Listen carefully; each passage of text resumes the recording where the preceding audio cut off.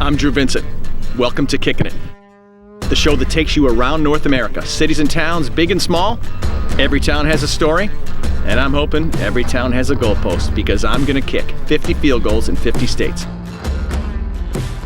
We are gonna travel this great land, cities and towns, big and small.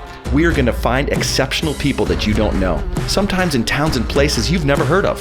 Bring to light and attend events that you may have never known existed. Through this discovery, we will motivate you, captivate you, inspire you. There is a plethora of hidden treasures just waiting to be uncovered, an endless array of stories just waiting to be told, and of course, a whole landscape of football fields across North America just primed for Kickin' It. I'm Drew Vincent. Come on along for the ride because we are Kickin' It. Hi. I'm Drew Vincent. Welcome to Kickin' It. Today we find ourselves in Juneau, Alaska, the capital city of our 49th and largest state. We're going to show you around this unique and amazing capital city located in the southeast panhandle of the last frontier. Juneau is one of only 2 U.S. state capitals not accessible by road.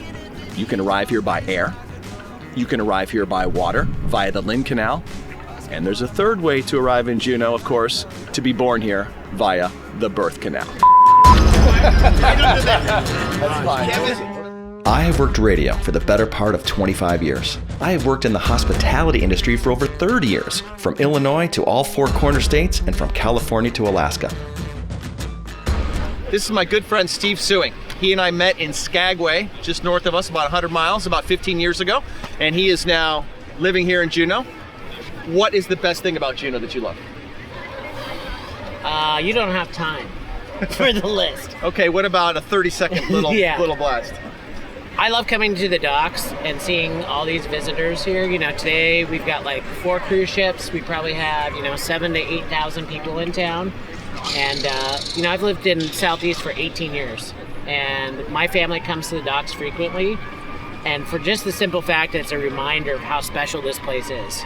To see the looks on people's faces. Today, it's rainy, it's gray, but they're rolling off of these cruise ships or they're cruising on the docks as independent travelers and they're looking up at Mount Juneau and they're still taking photos and they're nudging their partner or they're nudging their kids and like, oh my gosh, we just arrived in this amazing place. We're in Alaska, we're in the capital, and that vibe that happens 5 months out of the year, it actually happens 12 months out of the year, but it's the spirit of Alaska that drew me here in the first place, of adventure, opportunity, and just kind of the wildness of it. Here is an actual functioning town. It's a government town, it's a college town, it's a family town. Yep. It's got a lot of history. There's a lot to do here, and that's why you chose to make your life here. Where else should we go? I was tending bar in Tempe, Arizona in May of 1990. Guy comes in, I serve him a drink. On the bar was a brochure that said summer employment in Alaska. I quit my job, loaded up my Subaru Brat, drove 3,400 miles, and tended bar in Skagway, Alaska. Eventually, I came full circle, moved to Alaska in 2004 to run a bed and breakfast, and was recruited into the tour industry. And hey, I'm a driving machine. I've driven almost 1 million miles. Let's go check out the kelp salsa. What's the name of the company? Their company is Barnacle Foods. They make kelp salsas and kelp pickles, locally harvested and made in small batches here in Juneau, Alaska. Kelp is like seaweed and it is very abundant in southeast Alaska. They go out and harvest in small boats without propellers, so they're not damaging it. They hand harvest it by hand. They bring it home and then they make all this stuff in a commercial kitchen in small batches. And the salsas are 35 to 40% kelp, and the pickles are just slivers of kelp that have been pickled. What's your favorite? I like them all. I know that's the right answer, but it's true. I think it depends on what you're serving them with. The original is kind of the gateway kelp salsa. Okay. I think you owe it to the original to try that first. Okay, let's do that. My 9-year-old, who likes to be kind of the tough guy, he's like really into the fire because it's got a little bite to it, but not too much bite. It's like That's an fantastic. And this one, again, might as well work your way down. Tomatillo. Tomatillo is my favorite. That's my favorite on breakfast. It's really good. Oh, Eggs and that's it. potatoes. Foodgasm. Can you say that in camera? Oh, that is incredible. You've made up your mind already? You haven't had all three. Well, we're getting there.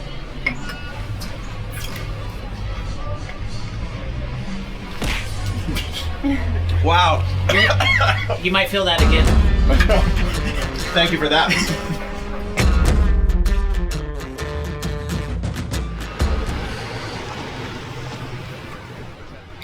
So Steve, why is the state capitol in Juneau? People always seem to ask that all the time. Why have it here? There's no access by road. Why would you have the state capitol here? And what are the advantages of having it here? And why do people want to move it to Anchorage? I think so. Originally, this building behind us, that's now the Alaska State Capitol, was opened in 1931. And it was the territorial federal building. And that's what it was built for. Construction started in 1929, finished in 1931. When it opened its doors in 1931, it was the territory, because Alaska didn't become a state until 1959, territory federal building. And at the time, it had been kind of all the resources for the federal government had been in Sitka.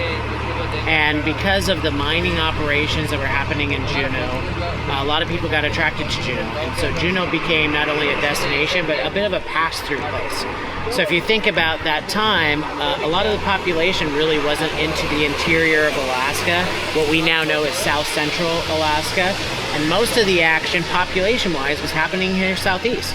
We had big trees, we had salmon, and we had gold. There was 2 gold mines operating here in Juneau. So that, why would you go all the way to the interior? You know, Juneau still was kind of the epicenter of sorts. Of course, you know, oil hadn't been discovered yet up in South Central, up into the northern parts of Alaska. So it just kind of made sense. We've got this federal building here. You're now a state. You have to have a state capitol building. We're going to give you what was a territorial federal building and make it your capital. Beautiful. I can't believe it's raining in Juneau. Does it happen very often? Liquid sunshine. This is the authentic experience. Okay. You don't come to, I mean, you would be upset if you came to a rainforest and it wasn't raining. Okay. I'm not upset.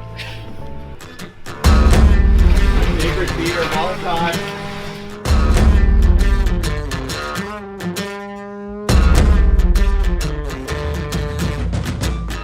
Small quarter.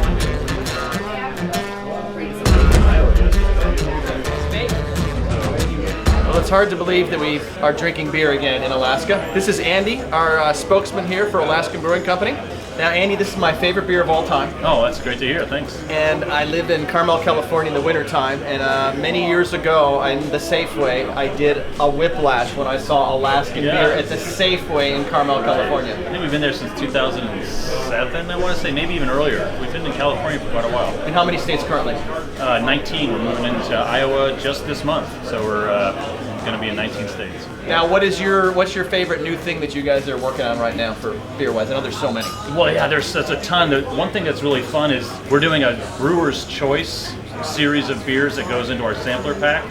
And those are small batch beers, and they're places where our brewers can really experiment with different fun beers. What are some of your challenges for producing a product here in the location of Juneau with no road access? Yeah, so that's the thing. Everything's got to be shipped in and out. So we're behind the 8 ball whenever we get to a market that's outside of Juneau, because we have to barge every single thing in except for the water, and barge every single thing out, including the water. You know, so that's the main challenge. And what we've had to do is be as efficient as possible, and that's caused us to kind of go through a lot of innovation.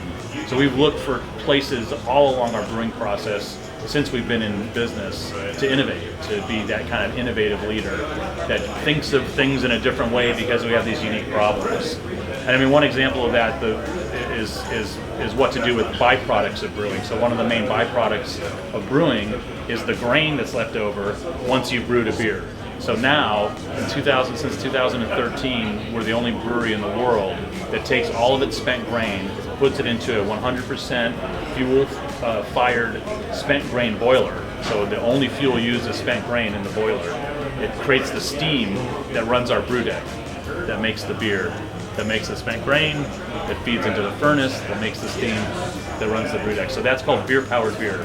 Brilliant. Yeah, I think in the dictionary, under the word sustainable, would be what you just said. And it's true. I mean, we look for areas to be sustainable because not only because it's responsible, but because it's a business advantage for us to be sustainable. Well, thank you so much. Yeah, Love thank your beer. you. Keep going. Cheers. Congratulations All on your right. success. Hey, good luck. Thank you. Good luck. I don't know. It's wet, slippery. It's not good conditions for field goal. We'll see. It's all good. Okay. All right. I'm behind you. 100%. We can do other takes if These need will be. these will help. Thank you These will very help. Yeah, much. you won't have to stretch now. There you go. Yeah. All right. Very good. Well, after a great day here in Juneau, it's time to get down to business. We are at Thunder Mountain High School here in Juneau, home of the Falcons. It's time for some kicking it.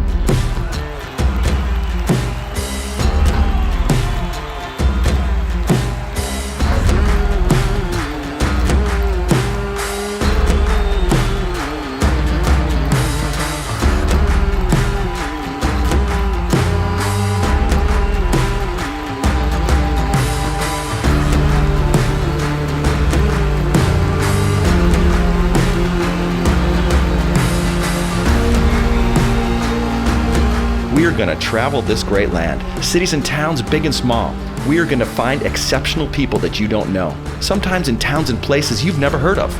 Bring to light and attend events that you may have never known existed. Through this discovery, we will motivate you, captivate you, inspire you. There is a plethora of hidden treasures just waiting to be uncovered, an endless array of stories just waiting to be told, and of course, a whole landscape of football fields across North America just primed for kicking it. I'm Drew Vincent.